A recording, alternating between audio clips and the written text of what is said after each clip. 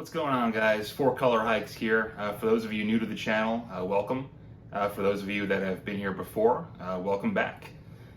So for this video, I wanted to post a review of a hardcover book that I recently picked up called Knights of the Fifth Dimension, published by Blue Juice Comics, written by Casey Van Heel, with colors by Wayne Jansen, inks by Maxime, and pencils by none other than Walt Flanagan of AMC's Comic Book Men, which ran for 7 seasons and nearly 100 episodes. And of course, most notably for me, as the co-host and creative mastermind of the podcast Tell 'Em Steve Dave, of which he has been instrumental for the better part of more than a decade now. Issue 1 was originally released back in 2017 as a New York Comic Con exclusive, and then the issues are going to be released monthly this summer. I was lucky enough to pick up a hardcover at Orlando MegaCon about 2 weeks ago. I was getting my books ready to be signed, picking out what comics I wanted to bring with me to the con. Decided to take a last look at the creator list before I got everything together. And much to my surprise, saw that Walt Flanagan was going to be showing up at a con. For anybody that listens to Tell 'Em Steve Dave or watched Comic Book Men or knows Walt's personality at all, knows this is a big deal. This is a man that doesn't fly on planes.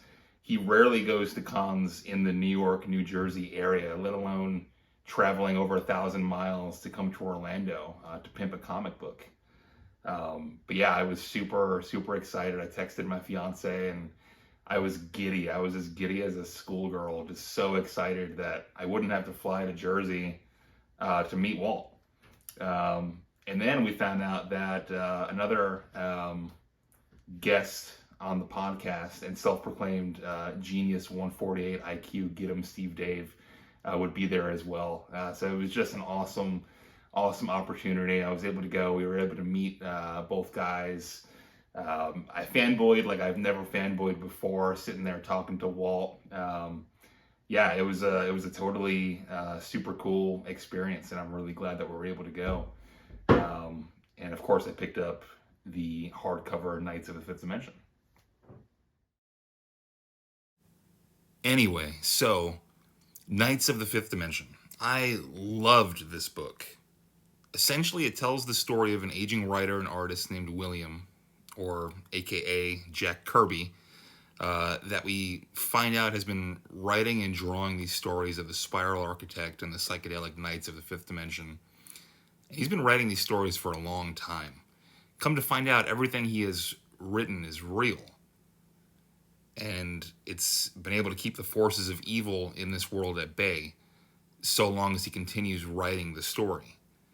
We're introduced to an aging William that finds out, as he's grown older and more feeble, Vanta Black's primordial evil has grown stronger and begun to amass the strength required to end the world.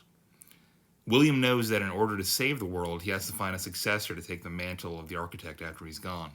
So he enlists the help of his former protege, Kurt. But Kurt has been disillusioned by years of drug and alcohol abuse while trying to chase his former success. When we're introduced to him, he's struggling to find work and he's struggling to recapture the glory of his younger penciling days.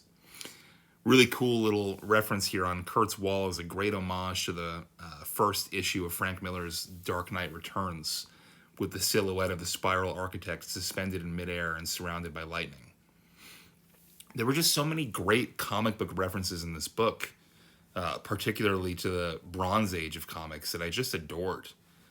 The comic rack on the cover of issue 2 shows the infamous Neil Adams Green Lantern 85 cover, where Green Lantern and Green Arrow walk in on Speedy shooting heroin. There's references to the infamous Fred Hembeck, or as Bry and the cover call him, Fred Hembecker of TESD lore.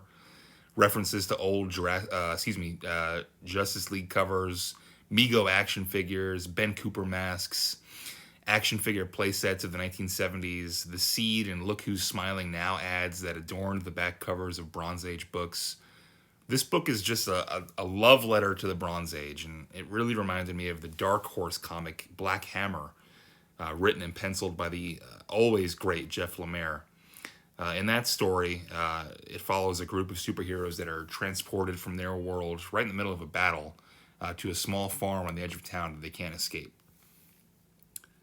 The best thing about the Bronze Age was the quirky characters. In Marvel, you had the Son of Satan, you had Omega the Unknown, Ghost Rider, the Human Fly, Modred the Mystic, Doc Savage, Shang-Chi.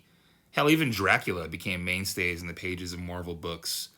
And Casey and Walt do an incredible job of providing us with awesomely weird characters here as well. John 3:16 is a battlebot turned priest. Kriega Bundalo is Kazar with kiss makeup. The Damned Yankee is Captain America if he sold his soul to Mephisto.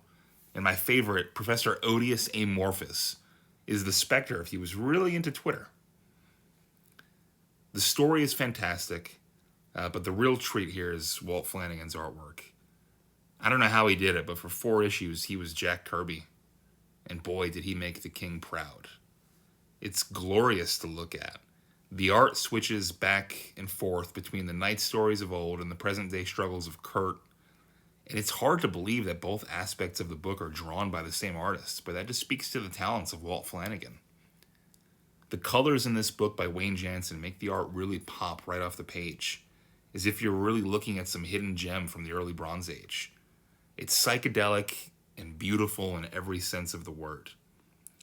If you haven't read it already, I would strongly recommend either picking up the trade or hardcover through the Blue Juice Comics website, and I'll leave the link in the description, or by contacting your local comic book store to have them pull the issues for you when the first issue releases on July 6th of this summer. The only complaint that I had was I felt that the story was a little rushed. I feel like it could have gone 5 or 6 issues and it wouldn't have suffered at all. I think 4 issues is a little short. I would have liked to have seen more William. I would have liked to have seen more of Kurt's backstory. But these are just, really tiny nitpicks. Overall, I thought the story was fantastic. Overall, I would give Knights of the Fifth Dimension 4.5 4-color demons. Alright guys, if you liked the book, if you read the book, if you liked the video, leave a comment, leave a like, please subscribe to the video, let me know what you thought. Thanks for watching, and as always, leave it better than you found it. Tell him, Steve Dave.